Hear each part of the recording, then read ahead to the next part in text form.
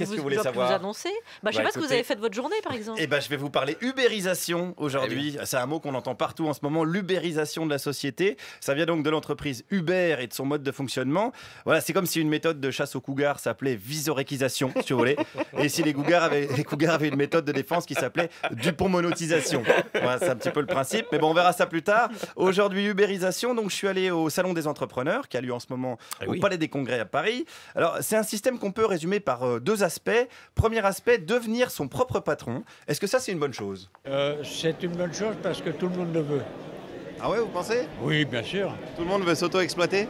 Je sais pas, vous n'utilisez pas les bons mots. Ah pardon. S'auto-financer. À s'auto-financer, pardon. Mais quand même en bossant 40 heures par jour pour pas un rond. Et pourquoi pas? Mais évidemment, pourquoi pas? C'est génial. Et si vous faites grève, vous appelez Jean-Pierre Pernaut pour dire que vous êtes vous-même pris en otage.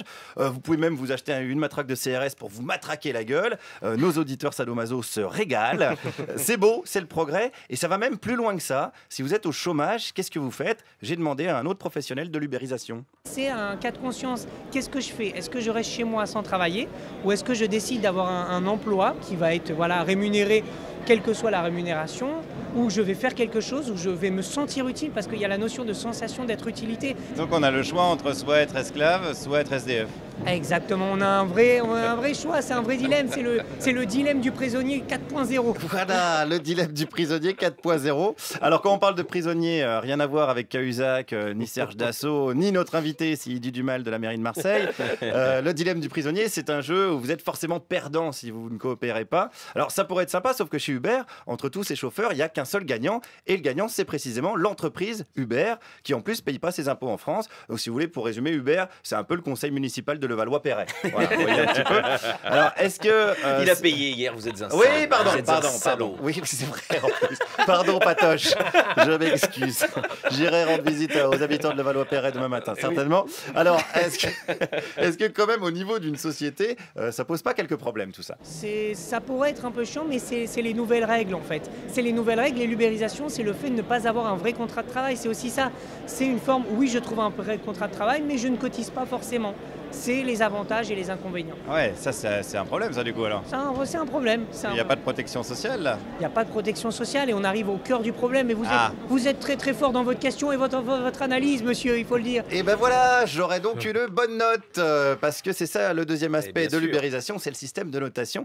Alors c'est comme si les auditeurs nous notaient, nous par exemple, par exemple s'ils enlevaient un point à chaque fois qu'un chroniqueur est de mauvaise foi. Bon, voilà, non mais bon, j'aurais pas un gros score, mais je pense que Dominique Seux serait dans le négatif, carrément, avec ce système de notes. Il y a même une start-up qui met en relation des étudiants et des entreprises qui a inventé un système de double notation. Ils ont deux notes, une note qu'on appelle de personnalité et une note de compétence. L'idée derrière tout ça, c'est que s'il est nul en compta, il va avoir 1 en compta, mais il est quand même super sympa, donc il va avoir 5 en personnalité. Donc en gros, ça va le sauver. Ah, ça veut dire qu'on peut être nul dans un domaine, mais quand même sympa et quand même réussir à travailler. Et du coup, pas être exclu de la plateforme parce que Et inversement, on peut être un gros con de comptable compétent et du coup. Exactement, on peut avoir note de 5 en comptabilité et 1 en personnalité. Et là, c'est la merde dans la compta, mais avec le sourire. Et c'est certainement le problème chez Fillon en ce moment. Ils se sont dit, on va prendre un petit gars sympa, mais pas très fortiche en tableur croisé finalement. Fillon aurait dû appeler un de ses gamins Uber pour brouiller les pistes. Il a raté le coche là-dessus. Mais est-ce que ce système de notation est un progrès selon un entrepreneur un peu plus âgé? Oui, bien sûr que c'est un progrès. De se noter les uns les autres? Oui, c'est bien. Professionnellement, vous donneriez quelle note? Oui. À qui? À vous. Peut-être 10. Sur combien? Sur 20. Ah ouais? Ouais. Qu'est-ce qui a manqué alors pour que vous ayez plus? La lenteur, l'hésitation, des fois on vit une époque où c'est toujours la course contre la montre. Est-ce que c'est pas un problème ça, que le monde aille de plus en plus vite? Ce sont ceux qui sont les plus rapides qui gagneront. Et ça c'est bien ça? Oui. Voilà, ce sont les plus rapides qui gagneront. Est-ce qu'on n'est pas en train de se construire une société d'éjaculateurs précoces? Je ne sais pas, ça en arrange peut-être certains. Une société où on devra gagner sa vie à toute vitesse, mais sans avoir le temps d'en profiter. Alors, comment tout ça va se finir? On saura bien s'arrêter. De toute façon, on ne peut pas aller plus vite que la vitesse de la lumière. On ne peut pas aller plus vite que la musique, comme dirait l'autre. Mais en fait, il y a des moyens qui permettent d'accélérer le train, effectivement. Voilà. Et est-ce que l'important, c'est pas où va le train, plutôt que la vitesse à laquelle il va?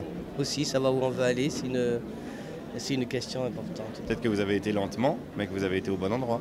Peut-être. Peut-être. C'est du Paolo Coelho. Mais peut-être que nous aussi, on va vite dans notre émission. Voilà, on fait des chroniques. Voilà, on essaye d'aller aussi vite que le train. Alors Clara nous ralentit, certes, mais bon, on s'en fout. On n'a pas vocation à monter dans le train. Hein, on a plutôt vocation à le faire décélérer avant qu'il se fracasse la gueule. C'est ça qu'on veut, et j'appellerais ça la si tu écoutes génulisation de la société. Oh, c'est bon.